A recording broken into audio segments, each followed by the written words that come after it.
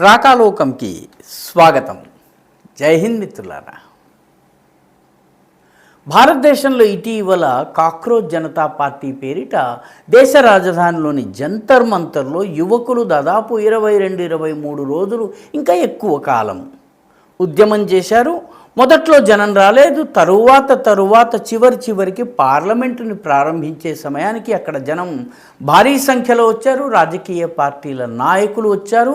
వీళ్ళు ప్రభుత్వాన్ని విమర్శిస్తూ రకరకాల సోషల్ మీడియా రీల్స్ చేయటము, ఇన్స్టాగ్రామ్లో రీల్స్ చేయటము, ప్రభుత్వాన్ని చాలా పరుష పదాలతో విమర్శించటము. కొందరైతే మోదీ గారి తండ్రి చనిపోయిన 4 ఏళ్ల తరువాత మోదీ గారు పుట్టారంటూ మోదీ గారి తల్లి చనిపోయి ఏ లోకాన ఉందో ఆ మహాతల్లి మీద కూడా ఇష్టారాజ్యం అవాకులు చెవాకులు పేల్చేశారు.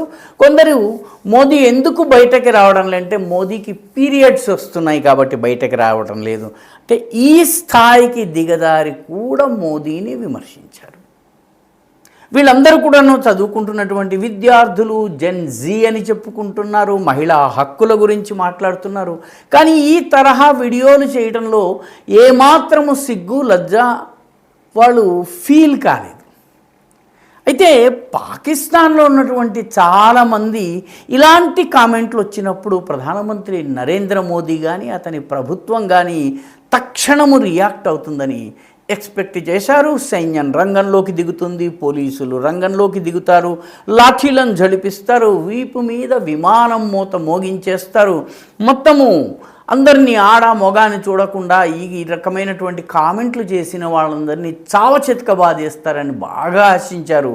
దానికి సంబంధించి మరింత రెచ్చగొట్టేటటువంటి కంటెంట్ని హిందూ పేర్లతో పాకిస్తాన్ యొక్క IP అడ్రసెస్ నుంచి పంపించారు. చాలా పెద్ద ఎత్తున పంపించారు.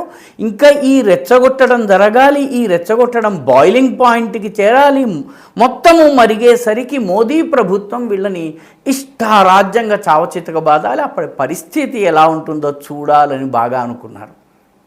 అయితే ప్రధానమంత్రి నరేంద్ర మోదీ బహుశా ప్రపంచంలోనే అత్యంత మెచ్యూర్ పాలిటీషియన్, అత్యంత పరిపక్వత చెందినటువంటి రాజకీయ నాయకుడు. ఆయన ఈ రకమైనటువంటి వ్యక్తిగత విమర్శలకి ఆయన లొంగలేదు, దానికి ప్రతిస్పందించలేదు. దేశ వ్యవస్థ, దేశ భద్రత, దేశ రక్షణ, దేశ సార్వభౌమత్వం పైన ఏదన్నా అవాకులు చెవాకులు పేలితే రియాక్ట్ అయ్యారు తప్ప తన గురించి తన కుటుంబం గురించి ఏదైనా మాట్లాడితే ఆయన అంత పెద్దగా స్పందించినట్టు దాఖలాలు లేవు. ప్రధానమంత్రి అసలు ఈ రకమైనటువంటి వాటికి స్పందించను లేదు. చిట్టచివరికి ఏ పర్మిషన్ లేకుండా పార్లమెంటుని చుట్టబెట్టి పార్లమెంటు మీద దాడి చేద్దామని ప్రయత్నించినప్పుడు కూడా ఆయన దాన్ని అత్యంత సంయమనంతో ఎదుర్కోవడమే కాకుండా ఇది హింసకి దారి తీయకుండా చాలా జాగ్రత్తగా వ్యవహరించారు. బాడీ క్యామ్స్తో ఎవరు రాళ్ళు విసిరారు, ఎవరు విధ్వంసం సృష్టించారు, దీనికి సంబంధించిన పూర్తి ఆధారాలని సేకరించి తరువాత వాళ్ళపైన కేసులు పెట్టారు. ఇంకా ఆశ్చర్యకరంగా చాలామంది ఈ బొద్దింక జనతా పార్టీ పేరుతో ఏదైతే ఏర్పాటైందో దాని నాయకులను పిలిచి వాళ్ళతో ప్రభుత్వము చర్చించింది. ఇది కూడా పాకిస్తాన్కి అర్థం కాలేదు. ఎందుకంటే మోదీ ప్రభుత్వము వాళ్ళపైన ఏదో యాక్షన్ తీసుకుంటుంది అని భావించారు. అయితే వాళ్ళు కూడా దేశ పౌరులే కాబట్టి వాళ్ళతో కూడా గౌరవప్రదంగానే వ్యవహరించి వాళ్ళ యొక్క డిమాండ్లు న్యాయసమ్మతమని అనిపించకపోయినా కొన్నిటిని అంగీకరించడం ద్వారా మొత్తానికి పార్లమెంట్ దగ్గర ఒక కన్ఫ్రంటేషన్ జరగవలసినటువంటి దాన్ని కన్సీలియేషన్లోకి మార్చేశారు. ఒక విధ్వంసము పోరాటము జరగాల్సిన చోట సమన్వయాన్ని తీసుకొచ్చి మొత్తానికి కాక్రోచ్ జనతా పార్టీ మొత్తం పోరాటము విరమించేలాగా చేశారు. మన పొరుగున ఉన్నటువంటి పాకిస్తాన్కి ఇది అర్థం కాలేదు. ఎందుకంటే పొరుగునున్న పాకిస్తాన్లో మీరు అక్కడి ప్రధానమంత్రి గురించి మాట్లాడగలరు కానీ సైనిక నాయకత్వం ఏదైతే ఉందో ఆసిమ్ మునీర్ కావచ్చును, ఆయన అనుచరులు కావచ్చు, వీళ్ళ గురించి గనక మాట్లాడితే జైలు శిక్ష తప్పదు.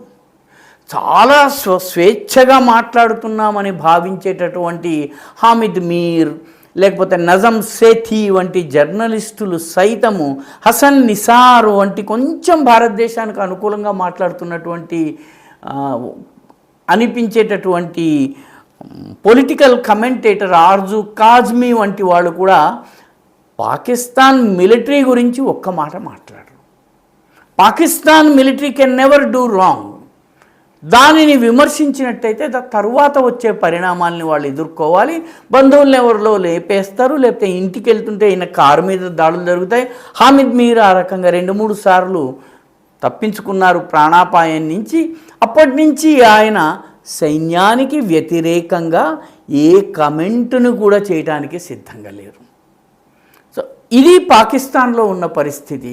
దాంతో పోలిస్తే భారతదేశంలో ప్రధానమంత్రిని ఇష్టారాజ్యంగా తిట్టినా కూడాను అత్యంత సంయమనంతో వ్యవహరించారు.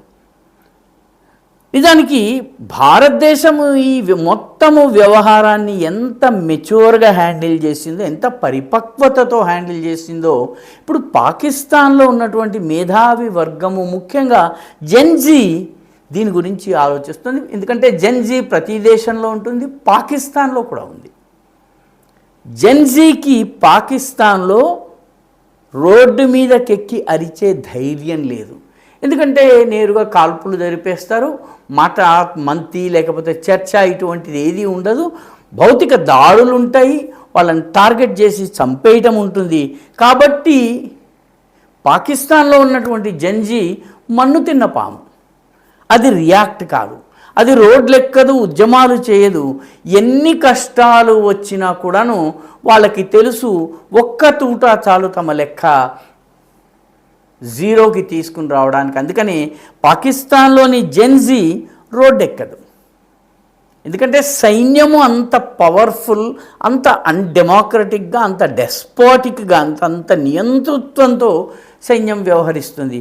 అందుకని భారతదేశము ఎంత పరిపక్వంగా మోదీని అత్యంత నీచమైన హేయమైన భాషలో తిట్టినప్పటికీ కూడాను వాళ్ళతో కలిసి కూర్చుని మంత్రులు మాట్లాడటం,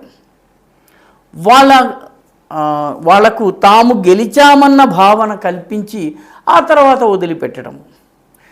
ఢిల్లీ జంతర్ మంతర్ దగ్గర కాకపోయినా కూడాను కోల్కతా కావచ్చు, మిగతా ప్రాంతాలు, బీహార్ కావచ్చు, ఇటువంటి ప్రాంతాల్లో ఈ ఉద్యమాలకు పాల్పడ్డ వాళ్ళు కనుక ఆస్తుల విధ్వంసానికి కనుక పాల్పడితే వాళ్ళకి 14 రోజుల రిమాండ్ వేయడం జరిగింది. కలకత్తాలో ఇప్పటికే ఒక 70 మంది జైల్లో ఉన్నారు. ముఖ్యంగా మతోన్మాద ఏరియాలు ఏవైతే ఉన్నాయో ఆ ఏరియాల నుంచి వచ్చినటువంటి వాళ్ళందరినీ కూడా జైల్లో వేసేసింది ప్రభుత్వము. గూండా యాక్ట్లో అంతర్భాగంగా తాజాగా గూండా యాక్ట్ని సవరించారు. దాని ప్రకారం ఇక సమ్రాట్ చౌదరి అయితే సమ్రాట్ ఎలా వ్యవహరించాలో అలా వ్యవహరించి ఏకంగా లాలూ ప్రసాద్ యాదవ్ పెద్ద కుమారుడైనటువంటి తేజస్వి యాదవ్ ఆయనను 14 రోజుల రిమాండ్కి పంపించారు. ఎందుకంటే ఆయన జెన్జీ కాదు, ఆయన రాజకీయ నాయకుడు. కాబట్టి ఈ రకంగా భారతదేశం ఏకకాలంలో క్యారెట్ అండ్ స్టిక్ పాలసీ, బుజ్జగించే పాలసీ, బెదిరించే పాలసీ రెండింటిని ఉపయోగించి అత్యంత పరిపక్వ పద్ధతిలో ఈ ఉద్యమంతో డీల్ చేసింది.